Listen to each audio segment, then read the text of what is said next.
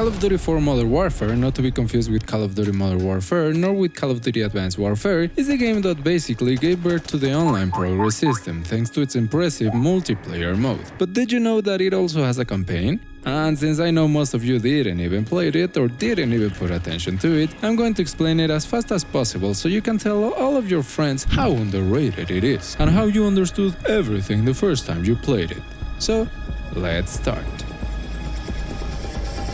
Okay, so picture this. Russia is in the middle of a civil war between ultranationalists and loyalists. The Middle East is, and the rest of the world is just waiting to see what's up. Here is where you enter as Activision, a new recruit for the SAS that has to pass his first day at the job by showing off his mad skills. And also by impressing Captain Price. That was an improvement, but it's not hard to improve on garbage. Oh well, at least you tried. After this, you go to your first mission, which is to recover a package that is inside an Estonian cargo ship. Why does it matter where it's from? It doesn't, shut up! Here, after you kill some enemies in a very stealthy way, you find the cargo, which ends up being something from the Middle East. And you know those people never have good intentions. But oh no, the enemy found out about the operation, and since you don't have the time to take the whole package, you just pick up its manifest and run. But an explosion destroys part of the ship and almost kills you, and Captain Price is like, "Get on your feet, we are leaving!" And you do. Did you like that? Well, forget about it for a second, because while this is going on, Al-Mulani, the president of the Middle East, I suppose, is getting publicly executed while his country is falling in the hands of the terrorists. So, another day in the Middle East. Of course, this info goes around and the USMC starts planning a way to save that country, while the SAS is trying to rescue Nikolai, the informant who gave them the intel about the cargo in the cargo ship. But he's in Russia, so after killing some Russians and helping some Russians, you find him alive and you save him, but not before a spectacular stealth section where the bad Russians are like, "Victor, the electricity," and the other one is like, "Sasha, and Captain Price is like, "These night goggles make it too easy," and you're like... Anyways, the point is that all of you get out of there, but Nikolai says the Americans are making a mistake. But why is he saying that? Some hours later, the USMC starts, I don't want to call it an invasion, but damn. And here you take control of Sergeant Paul Jackson, who's part of the fleet that is looking for Al-Assad. Al-Assad is the guy that executed the Middle East president. And according to the intel, he's inside a building. So you and your team arrive somewhere in the Middle East, and since you are looking for a terrorist, you start breaching doors, shooting Arabs, and being overall very American. And you end up finding Al-Assad in a recording. At least you have bricks to light up the mood, right? Yeah. Hoorah. But hey, since the USMC is already there, they keep looking for Al-Assad, pushing more and more throughout the city, or town? Again, I don't know, it's the Middle East. And after saving a tank squad, their tank is... Wait. Remember how a couple of hours before the invasion started, Price's team was taking Nikolai to safety? Well, not anymore. But don't worry, only the pilots died and nobody knew them, and an AC-130 is on its way to support you, and have you seen those things? However, you're still in enemy territory, so you start moving through the place as stealthy as you can, trying to not attract any attention. Oh no, they are trying to kill an old man?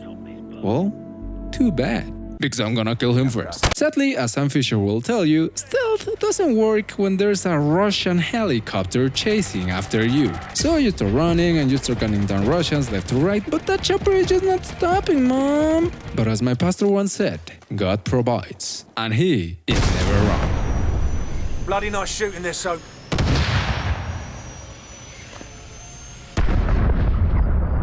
Good work, Soap. And oh my God, He is really providing right now, like... Look at this. God, please calm down a little bit. So, of course, you now take control of the AC-130 and you keep providing support to the ground team until they are extracted, while the Russians are just flying through the air. Get that guy. Hot damn! Their tank is finally rolling, once again. Oh, nature is healing. So the USMC keeps pushing and pushing through the Middle East with everything they have. Tanks, choppers, high-end K-19 explosive rounds delivered by the free world, everything.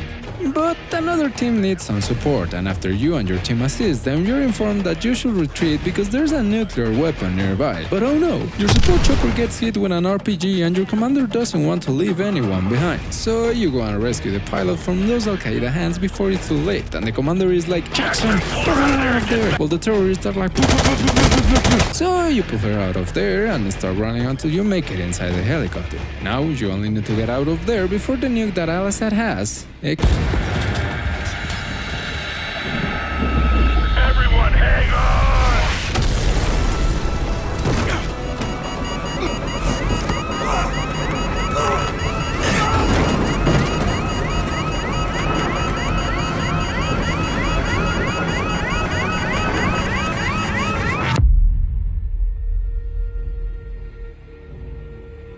By some miracle, you survive the crash, and you try to get out while dying in pain, trying to find some comfort in the light, only to be met with the pilot that you saved grasping for some air, for some hope. A Middle Eastern ruins, another soldier trying to keep going, and on the horizon, the aftermath of your actions.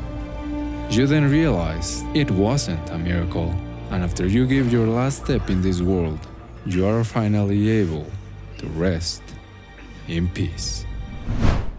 Remember, guys, war is not fun. Millions die, millions lose loved ones, and millions end up with psychological and physical scars. And remember Al-Assad? Basically the whole reason the USMC was in the Middle East? Well, turns out he wasn't even in the Middle East at all. You know where he was? In one of his safe houses in Azerbaijan. And of course, since the USMC got wrecked, the SAS goes after him. So yeah, you're up once again and you go looking for Al-Assad in a little village which is under the control of the ultranationalists. And after killing some of this and some of that, and after searching all the houses, you finally locate Al-Assad. Just for Captain Price to kill him. But turns out Al-Assad was just following orders of Imran Sakayev. Imran Sakayev is basically a nuclear dealer that Captain Price met when he was just a lieutenant doing an assassination mission in Pripyat. And let's say it didn't go well. A couple of hours passed by, and since Captain Price killed Al-Assad, a beloved terrorist, of course his minions try to avenge his death. So your team gets surrounded by enemy forces and you have to wait for the extraction team to arrive. But don't worry, you're an SAS soldier and you are better than those people. So you go like, and your mans are like, and guys is like, shoot, count the merry-go-round. But you're like, and the enemies are like, and the choppers start going down. And the point is that you're able to survive long enough for the extraction team to arrive, and you escape from there without a scratch. And thanks to the info you gathered, the SAS and the USMC join forces, and together are now trying to find Sakayev. But you know, it's really hard since he's always hiding, although he has a son. So you and your team try to ambush him. But oh no, his tracksuit is really working, so you start chasing him around until you are able to reach him. But he ends up committing suicide. So the SAS and the USMC go back to square one, only for Sakayev to reveal his location with a voice note where he says something about being prostituted, communist something and revenge. In simpler words, Russian nuclear weapons go boom. So of course you and your team are sent to his location, but stupid Briggs doesn't know how to parachute, so you have to go look for him before anything else. And you find him. Captured. And he still has the audacity to say, about damn time. Like, look, you little piece of shit! Sorry, I almost got off track.